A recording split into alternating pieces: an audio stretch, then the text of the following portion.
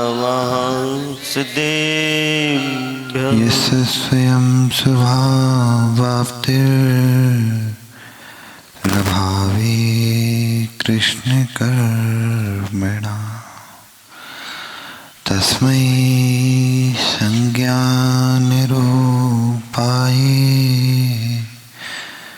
नमोस्तु परमात्मने नमोस्तु परमात्मने नमोस्तु परमात्मने नमो अरिहन्ताणं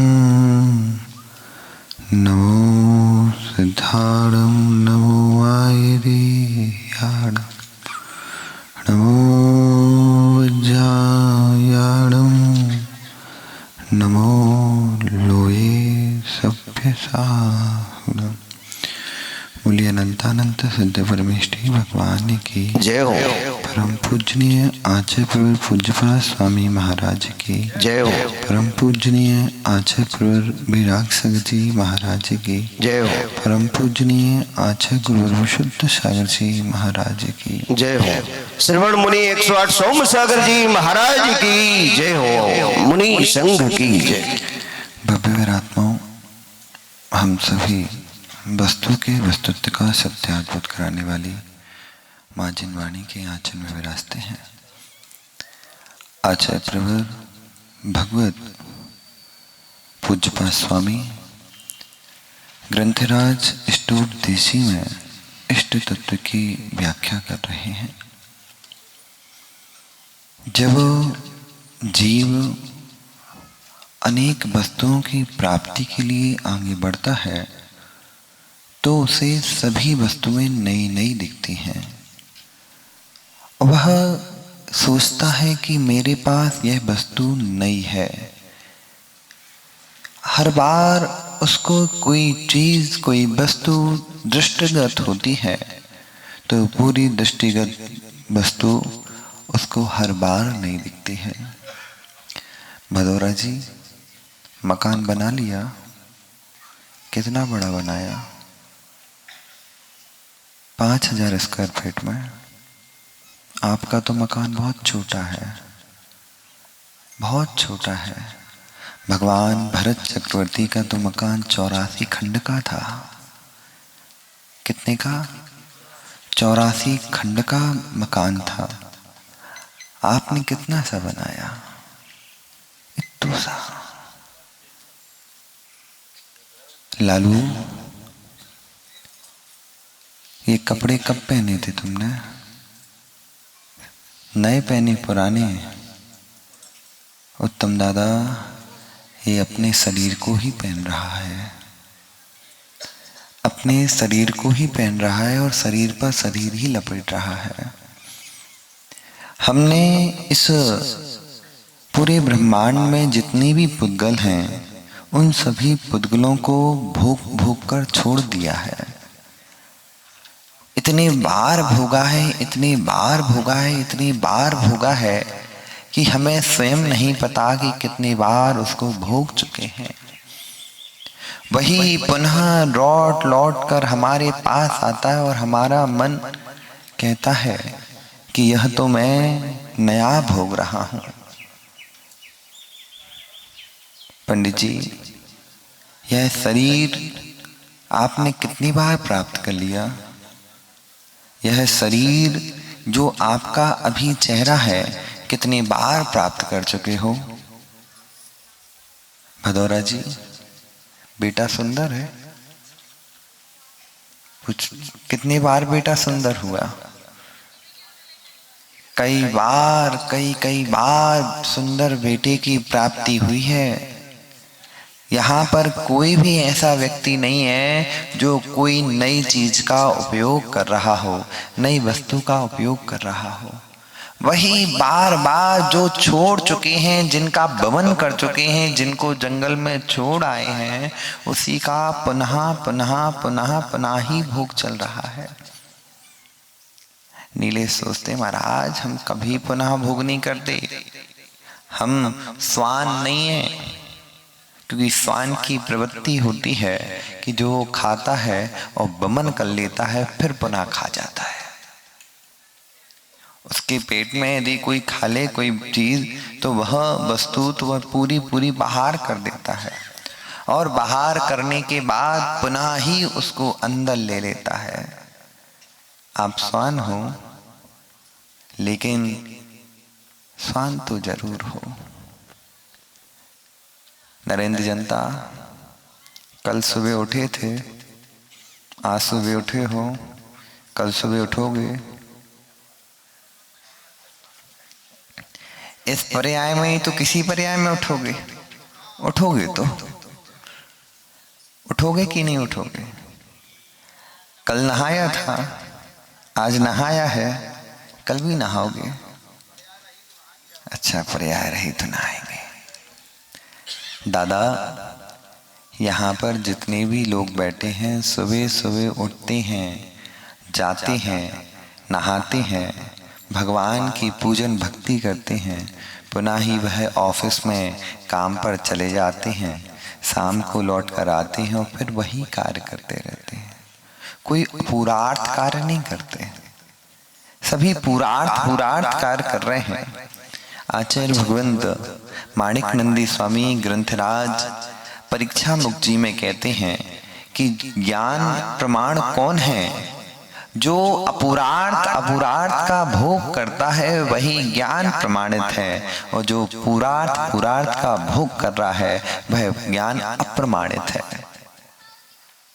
भदौरा जी, भोजन करोगे घर पे कि यहीं पे? अच्छा, धर्मशाला में व्यवस्था करी गई है। अच्छा, क्या खाओगे? जो मिलेगा। सासू की बिटिया क्या खिलाती है आपको? हाँ, चुपचाप खाना तो पड़ता है। बगल में बैठी कहेंगे जाओ महाराज के संग आप चौकई में खाइयो। क्यों भदौरा जी? नहीं तो ऐसा ही नहीं हो जाए कि ज्यादा हमारी बुराई कर रहे थे तो महाराज के सामने, अब जाओ महाराज के संग चौकई में खाइयो, महाराज खिला देंगे। लेकिन भदौरा जी क्या कहें, आप भी वही खा रहे हो और हम भी वही खा रहे हैं। हम भी वही रोटी दाल खा रहे हैं, आप भी वही रोटी दाल खा रहे हो। अंतर मात्र इतना है, आप खाते खाते बंद कर रहे हो, हम खाते खाते पुण्य कर रहे हैं। आचार्य भगवान अमृतचंद स्वामी लिखते हैं ग्रंथराज आप्तमीमांसा जी में कि पुण्य का बंद कैसे होता है और पाप का बंद कैसे होता है। विशुद्धि संके सांगम छेद 100% सुखा सुखम, पुण्य पाप आश्रवा युक्तो नाचेत व्यर्थता वाहिता। लिखते हैं कि जहां पर विशुद्धि हो रही है वहां पर पुण्य का आश्रय है, और जहां पर संक्लिष्टता बढ़ रही है वहां पर पाप का आश्रय है। कोई ने प्रश्न किया, स्वामी जो सुख देता है उसको पुण्य का आश्रय, और जो दुख देता है उसको पाप का आश्रय।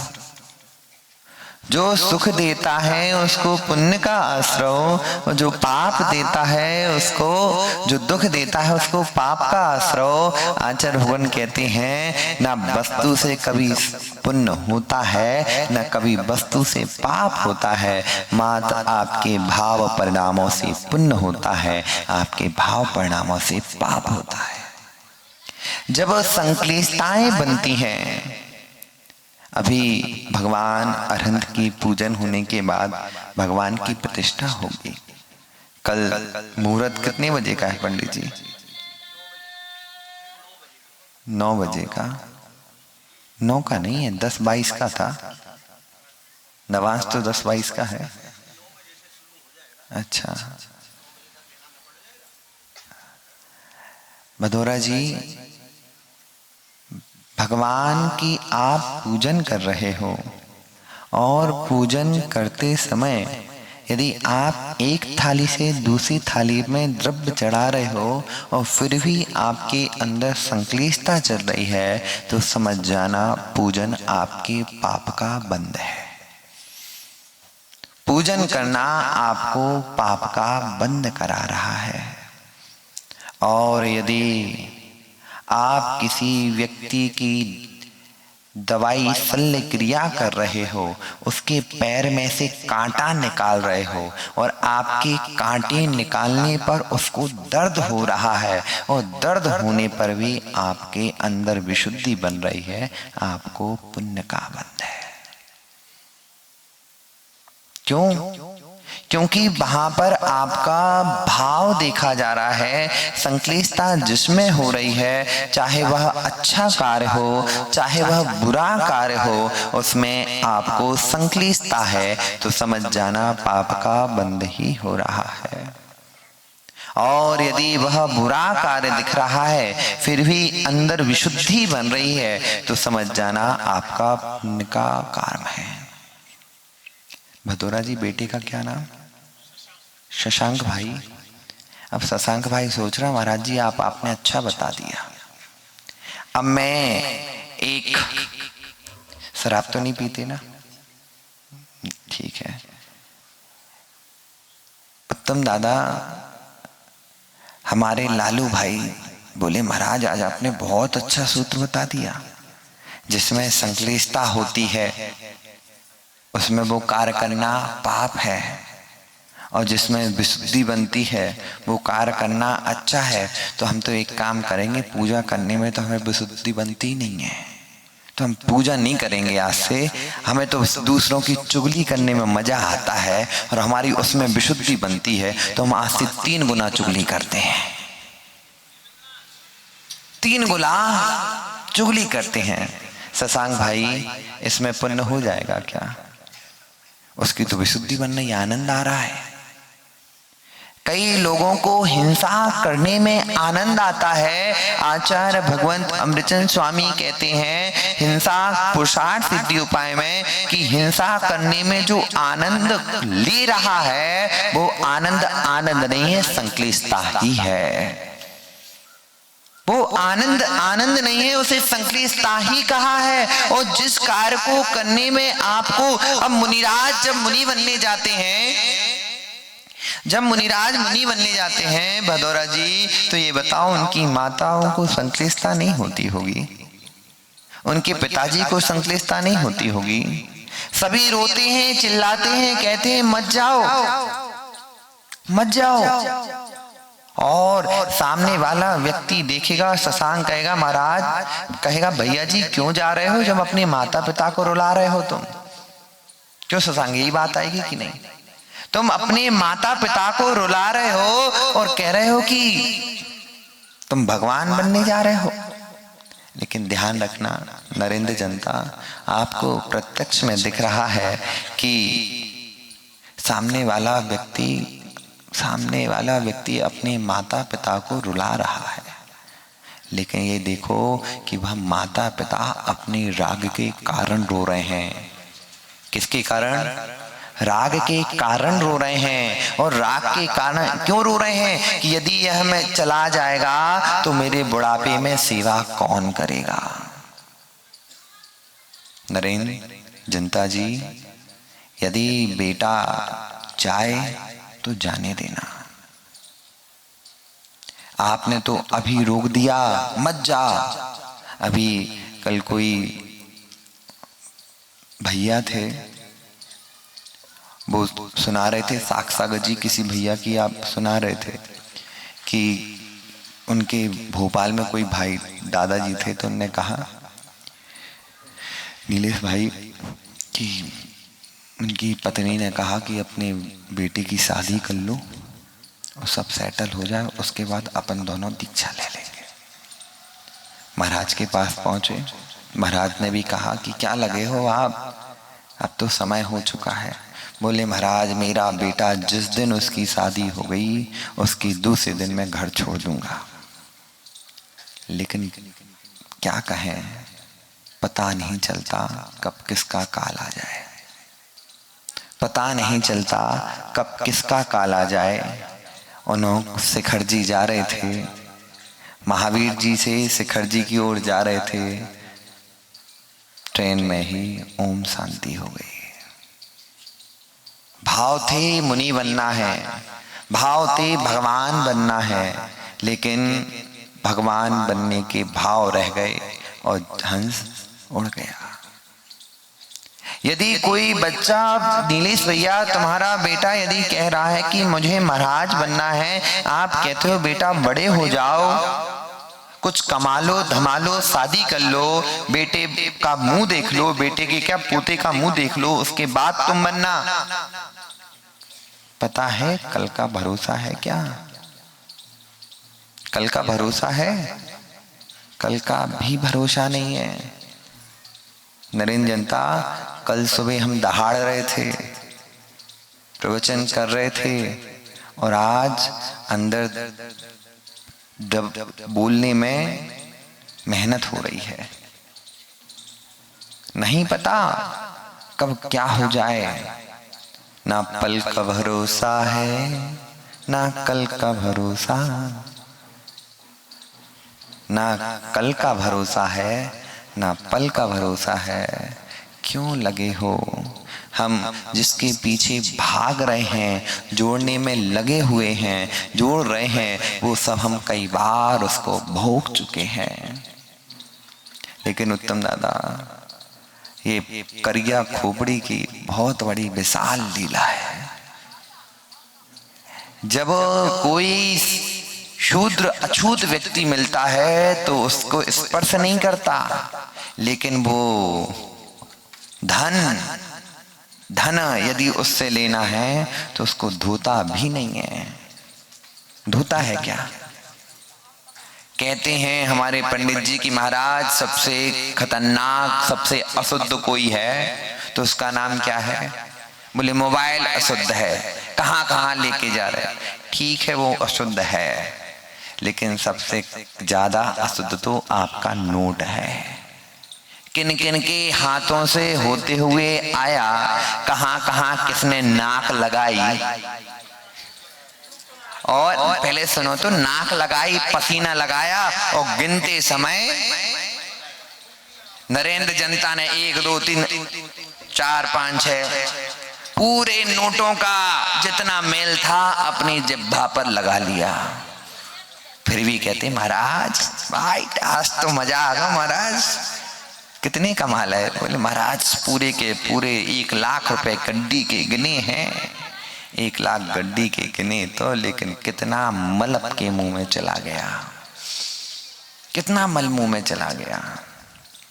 हर समय वही हम भोगते रहते हैं, लेकिन हमें उसमें जब नोट गिनते हैं तो विशुद्धि बनती है। नोट गिनते हैं शशांक भाई तो विशुद्धि बनती है। आज तो इतने आ गए, और नोट जाता है तब विशुद्धि भाग जाती है। लेकिन ध्यान रखना, जो नोट गिनने में आप विशुद्धि मान रहे हो वो मात्र संक्लिष्टता ही है, लोभ है, और लोभ को कभी भी पुण्य में रखा ही नहीं गया। लोभ घाती कर्म की मोहिनी की प्रकृति है, और मोहिनी की जितने भी अघाती कर्म हैं वे चारों के चारों पाप ही हैं। लेकिन क्या कहें लालू, जितना जिसके पास लोभ उतना बड़ा आदमी, जितने पास लोभ उतना बड़ा आदमी। भदौरा जी आपके माथे पर तिलक आपके पैसे से बड़े होने पर नहीं लगा। मैं बाहर का वहां पे खड़ा हुआ था, महाराज ऊपर से दर्शन करके आ रहे थे तो मुझे लिस्ट दिखी, 100 धर्मेंद्र का इतनी न्यौछावर राशि चक्री जी ने लगाई होगी, क्यों कोषाध्यक्ष से आप नहीं लगाई थी, इनकी इतनी राशि, इतनी इनकी राशि। ये बताओ आपने इन्हीं के चेहरे पर तिलक क्यों लगाया? क्यों? क्योंकि इन्होंने अपने लोभ की प्रवृत्ति को छोड़ा है। किसको छोड़ा? लोभ की प्रवृत्ति को छोड़ा है, इसलिए इनके माथे पर तिलक लगाया है।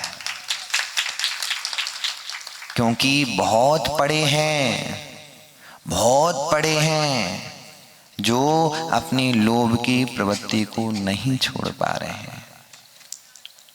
दादा गुरुजी एक दिन प्रवचन में कह रहे थे कि कभी भी यदि बोली लेने का मौका मिले तो ध्वजारोहण की बोली लेना चाहिए। किसकी बोली लेना चाहिए? ध्वजारोहण की। भदौरा जी, कभी भी मौका मिल जाए, सौधर्मेंद्र तो बनना, लेकिन ध्वजारोहण की सबसे पहले बोली लेना। उसका कारण है कि जो ध्वजारोहण की बोली होती है, और वो तो जितने समय तक फहराएगी उतनी यशा कीर्ति आपकी फैलाएगी, जितने समय तक फहराएगी। और यदि आपने शिखर पर जो ध्वजा चढ़ती है, पीतल वाली नहीं, आजकल तो पंडित जी बहुत पीतल वाली ध्वजाएं चढ़वाने लगे हैं। हमें ध्वजा का अर्थ होता है जो हवा से लहराए। क्या करे? हवा से लहराए। उसमें धातु में आपने ध्वजा की आकृति बना दी तो वो ध्वजा नहीं है, मात्र आकृति है। ध्वजा तो लहराती है, जितनी जितनी ध्वजा लहराती है उतनी उतनी कीर्ति वर्धमान होती है। दादा आचार्य भगवंतों ने जब ध्वजा की व्याख्या की प्रतिष्ठा ग्रंथों में, तो जब आप नीचे मंगलाष्टक आदि पढ़ते हो तो पूरी की पूरी ऊर्जा ऊपर निकलती है, ऊपर जाती है और ध्वजा से पूरी चारों दिशाओं में फैल जाती है। किसमें फैलती? चारों दिशाओं में फैलती है। और जब चारों दिशाओं में फैलती है तो वहां पर व्यक्ति के लिए कीर्ति की उत्पत्ति कराती है। इसलिए अपने अंदर जितने भी भोग भोग रहे हो, इनके प्रति उदासीनता लाओ, क्योंकि यह सभी हम कई बार भोग चुके हैं। और जो आप खा रहे हो वो भी तो दूसरों का मल ही है। गोंद खाते ना आप? गोंद, कतीरा गोंद खाते ना? कतीरा गोंद अभी ठंडी आ चुकी हैं तो गोंद के लड्डू बनेंगे। माँ वो क्या है?